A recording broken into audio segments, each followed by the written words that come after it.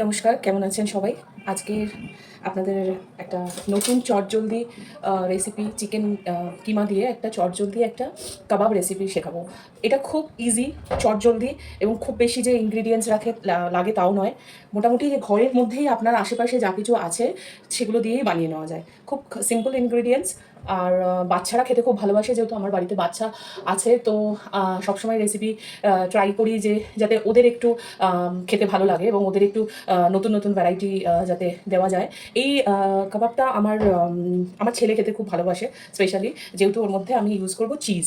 তো রেসিপিটা হচ্ছে চিকেন, মানে আমি নাম দিয়েছি চিকেন চিজ কাবাব। তো চলুন স্টার্ট করে দিই আজকের খুব চটজলদি চিকেন চিজ কাবাবের রেসিপি।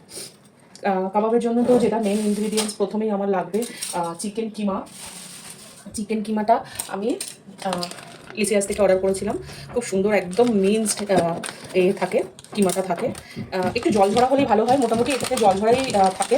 যত কাবাবের ইনগ্রিডিয়েন্টস ড্রাই হবে তত বাইন্ডিংটা খুব ভালো হবে। আর আমি এর মধ্যে এক্সট্রা কিছু বেশি অ্যাড করবো না, কারণ যেহেতু বাচ্চারা খায় এবং একটু হেলথ কথা ভেবেই আমি বেশি কিছু আমি এতে অ্যাড করবো না।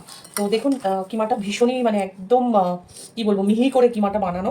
আমি একটু বেশি করেই বানাবো, কারণ আমার ছেলে খেতে ভীষণই ভালোবাসে এই কাবাবটা।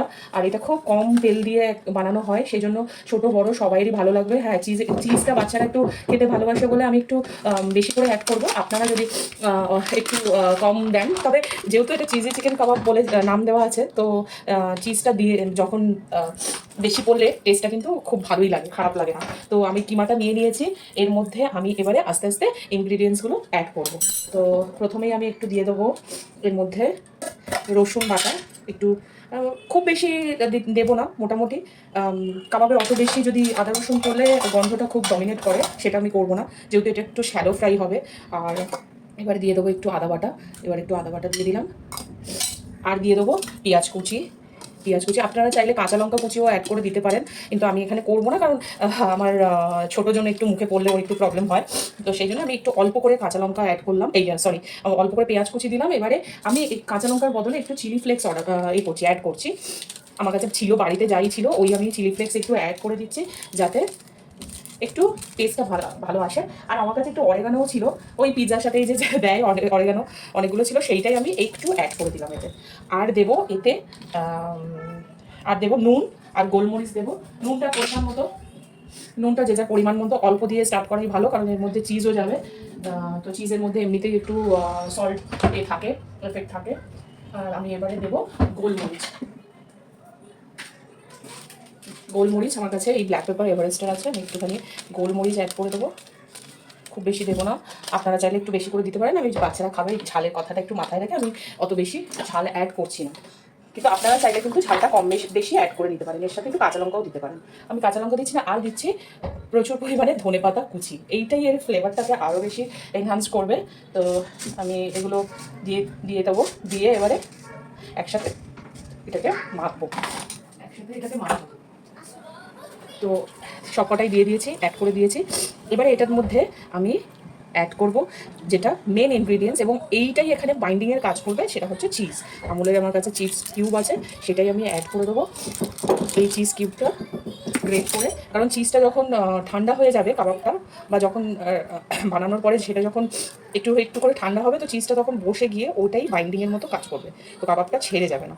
তো আমি প্রচুর পরিমাণে এখানে চিজ দেবো। আপনারা চিজ যত পরিমাণে অ্যাড করবেন তত আমার মনে হয় ফ্লেভারটা, মানে টেস্টটা আরও ভালো হবে। তো আমি এখানে 2টো চিজ কিউব অ্যাড করছি, আপনারা চাইলে কম বেশি এটাকে অ্যাড করে দিতেই পারেন।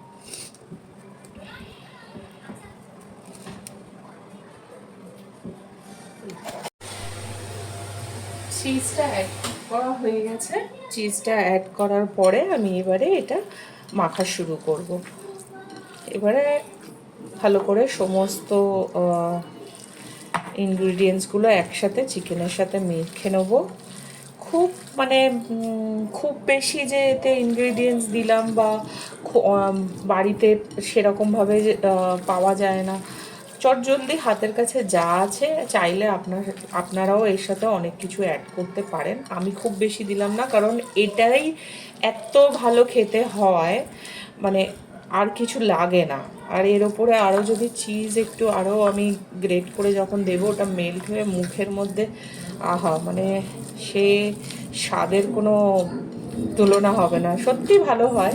বাচ্চাদের সাথে সাথে আমারও খেতে খুব ভালো লাগে, চিজ দিয়ে খুবই সুন্দর খেতে হয়। দেখুন এটা কি সুন্দর, এটা মাখাটা কি সুন্দর হয়েছে।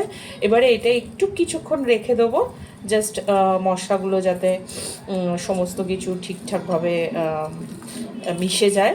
একটু খানিকক্ষণ রাখার পরে আমি এরকম করে গোল করে, এরকম করে হালকা হালকা করে, এগুলো এরকম থাকলে কোনো অসুবিধা নেই। এইগুলো যেই আমি ভাজতে দেবো, মানে শ্যালো ফ্রাই করবো যেই, এগুলো সঙ্গে সঙ্গে চিকেনটা জমাট বেঁধে যাবে। আর চিজ তো আছেই, তো এগুলো কোনো অসুবিধা নেই। এরকম করে আমি আস্তে আস্তে একটা একটা করে গড়ে নেবো, তারপরে আমি এটাকে আস্তে আস্তে শ্যালো ফ্রাই করব। কাবাবটা মাখাটা কিছুক্ষণ ফ্রিজে রাখার পরে আমি এটা কাবাবের আকারে গড়ে নিয়েছি। এবার এগুলো আমি চাটুতে শ্যালো ফ্রাই করব।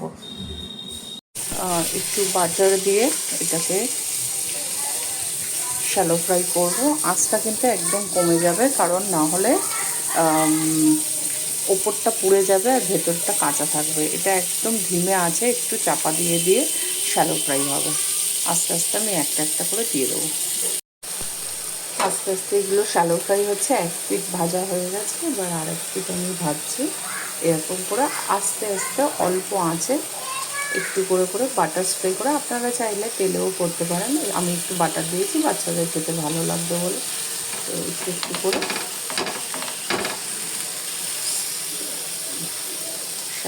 রেডি হয়ে গেছে চিজি চিকেন কাবাব। চিজগুলো মেল্ট হবে, এবারে গরম গরম এর ওপরে দিয়ে দিয়েছি, আস্তে আস্তে মেল্ট হচ্ছে। আপনারা অবশ্যই বানাবেন, ট্রাই করে দেখবেন, খেতে অপূর্ব স্বাদ হয়। খুব সিম্পল ইনগ্রিডিয়েন্টস, কিন্তু খেতে দুর্দান্ত হয়। অবশ্যই ট্রাই করে আমাকে জানাবেন।